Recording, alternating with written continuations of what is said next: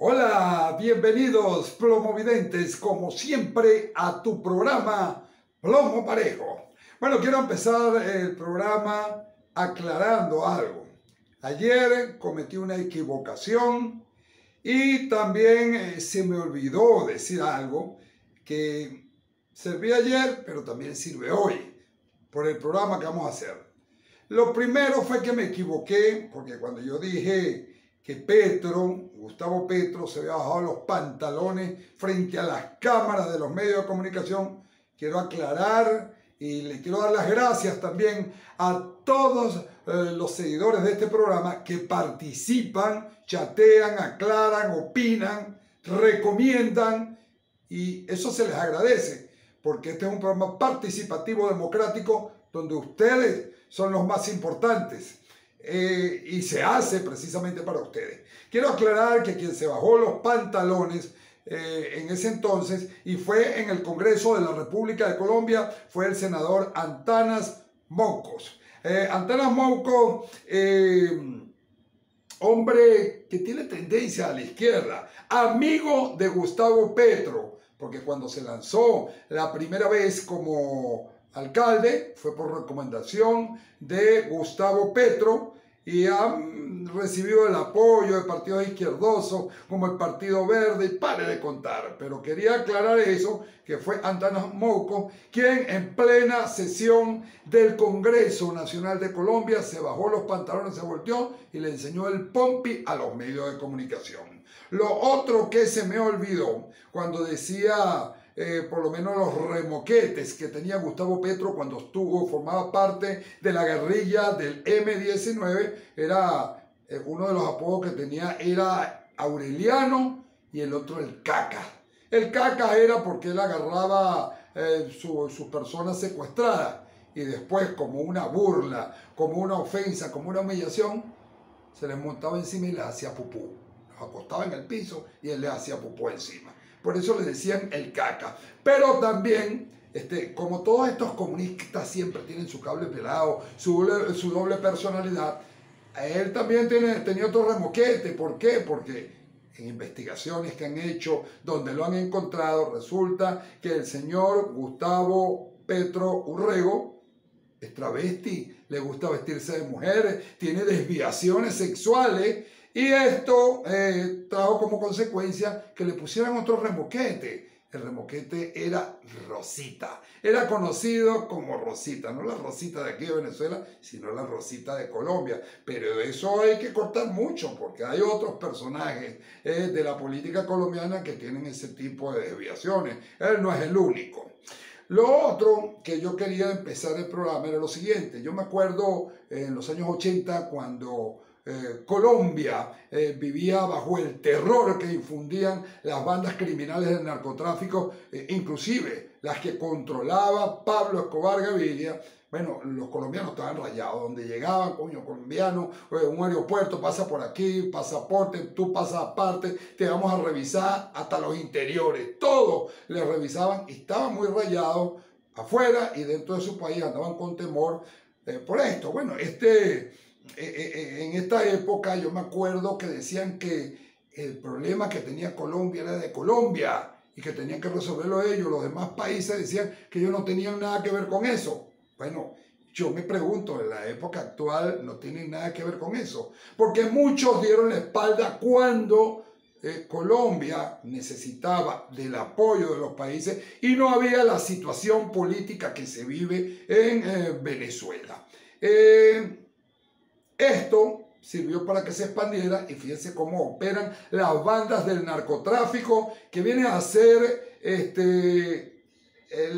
la forma como se financian los grupos terroristas, los grupos comunistas, los grupos de la guerrilla, porque muchos de ellos están metidos también en el negocio de las drogas, de la producción de cocaína, del tráfico de cocaína, y decían en ese momento que eso era un problema de Colombia, que lo resolvieran ellos.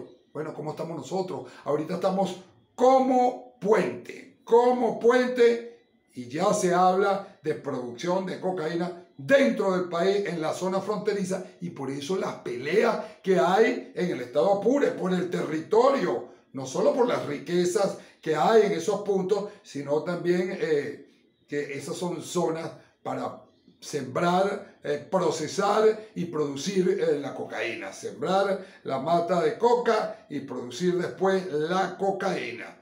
Ante esta situación que vive Venezuela y que viven todos los países en el área, resulta que los organismos internacionales y los gobiernos de los diferentes países dan la espalda, se hacen los locos.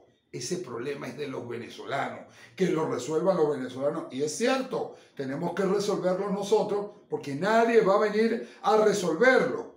Y mucho menos cuando hay países que están enredados o que le deben una vela a cada santo. Hay muchos países que le deben dinero a Rusia, muchos países que le deben dinero a China. ¿Ah? Y entonces ellos no van a afectar su economía si en algún momento ellos tuviesen que dar un paso al frente para condenar, para atacar y para ayudar a eliminar el cáncer o la lepra o el SIDA del comunismo que le cayó a Venezuela.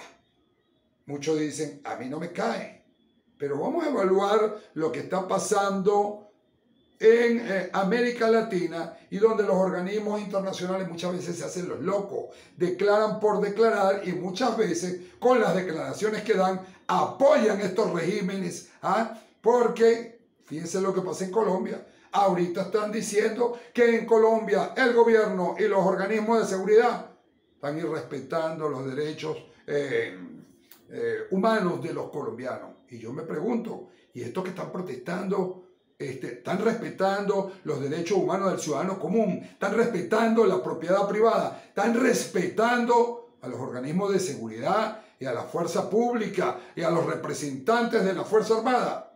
Yo creo que no, porque ahí hay gente infiltrada, ahí hay venezolanos que mandaron, gente del PSUV, ahí hay gente armada, y en el bululú de la protesta agarran unos tontos útiles, pero sale uno como sucedía aquí en Venezuela o como sucede cuando hay una protesta, aparece alguien con un armamento disparando a diestra y siniestra.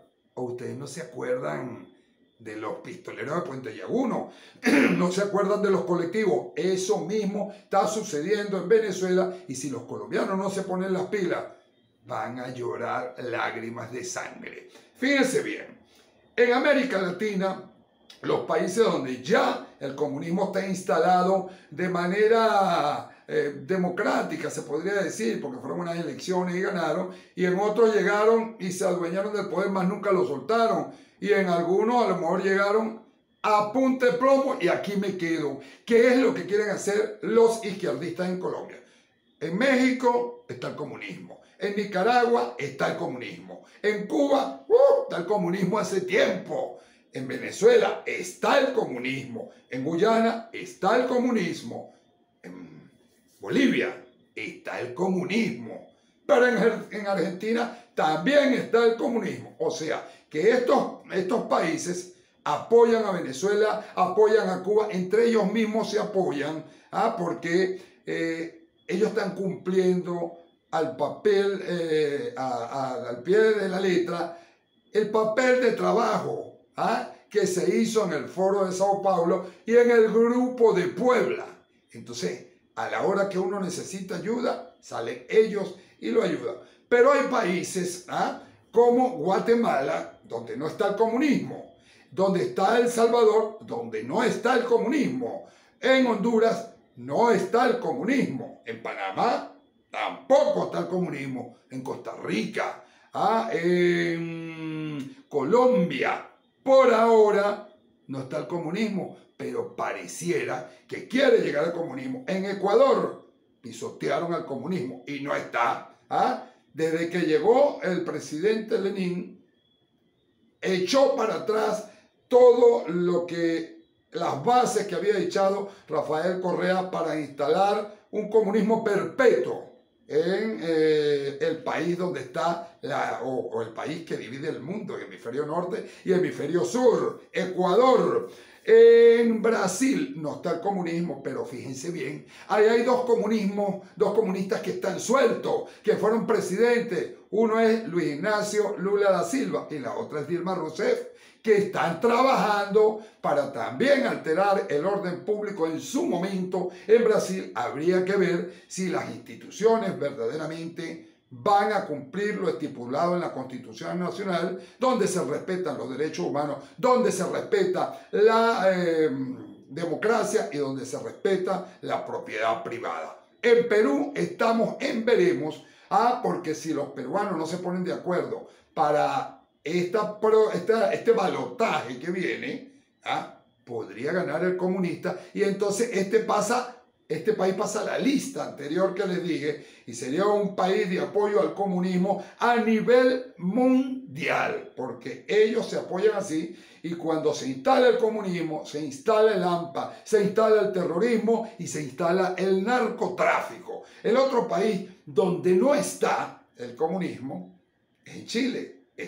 Lo sacaron, pero ahí la marea no está muy suave. Y otros países donde no está el comunismo, digo yo, es Uruguay y Paraguay, donde el pueblo está claro. Pero ahora fíjense bien, la receta dice que hay que alterar el orden público.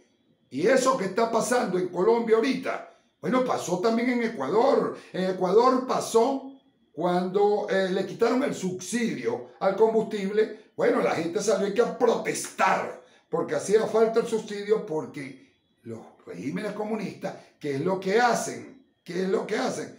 Darle todo regalado al pueblo, mientras ellos se roban todo y después quiebran el país y después el ciudadano pasa a ser un esclavo de ese régimen. El otro país donde hubo una protesta fuerte meses atrás fue en Chile. ¿Por qué salieron a protestar? Porque aumentaron el pasaje y entonces la excusa que tenían para salir a protestar era esa. Pero las consecuencias, hay que destruir el metro, hay que destruir los servicios públicos, hay que atacar a la iglesia.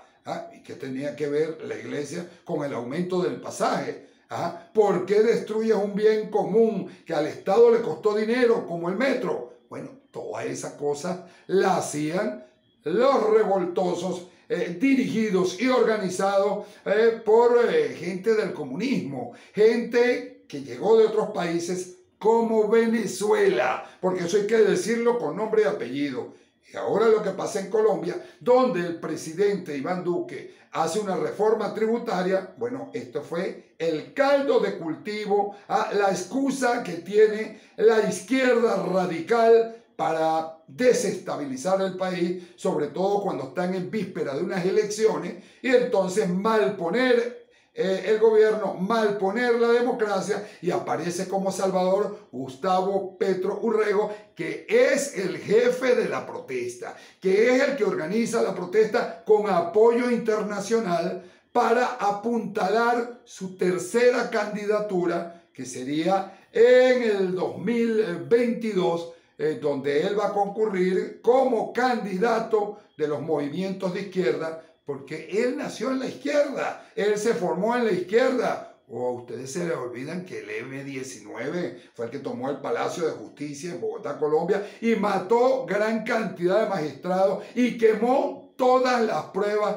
que los incriminaban a ellos en delitos de lesa humanidad. A esa guerrilla que ahora se presenta como salvadora, a esa guerrilla que es la aliada de Maduro. Pero el gran financista, el gran organizador del apoyo internacional tiene nombre y apellido y se llama Nicolás Maduro. Yo lo que le digo a todos es que estemos pendientes, porque lo que sucede en Colombia nos va a afectar no solo a Venezuela, a toda la región, porque después van a ir subiendo por Centroamérica y allá tienen a México para presionar a los Estados Unidos de América. Hasta ahorita fracasaron en el salto al charco que querían hacer, llegando hasta Europa, metiéndose en la alcaldía de Madrid. Bueno, pero la derrota fue tan aplastante y humillante que el coleta Pablo Iglesias tuvo que renunciar. Pero la idea era tomamos España, después vamos con Portugal, Francia y después Italia. Y ahí estaba Rusia para que apoyen. Muchos de los países latinoamericanos, nadie va a apoyar, nadie va a defender lo que está pasando en Colombia y en cualquier país donde se desestabilice la situación por los compromisos económicos que tienen con países potencia, pero de corte comunista. Es todo por hoy. Hasta la próxima en tu programa Plomo Parejo.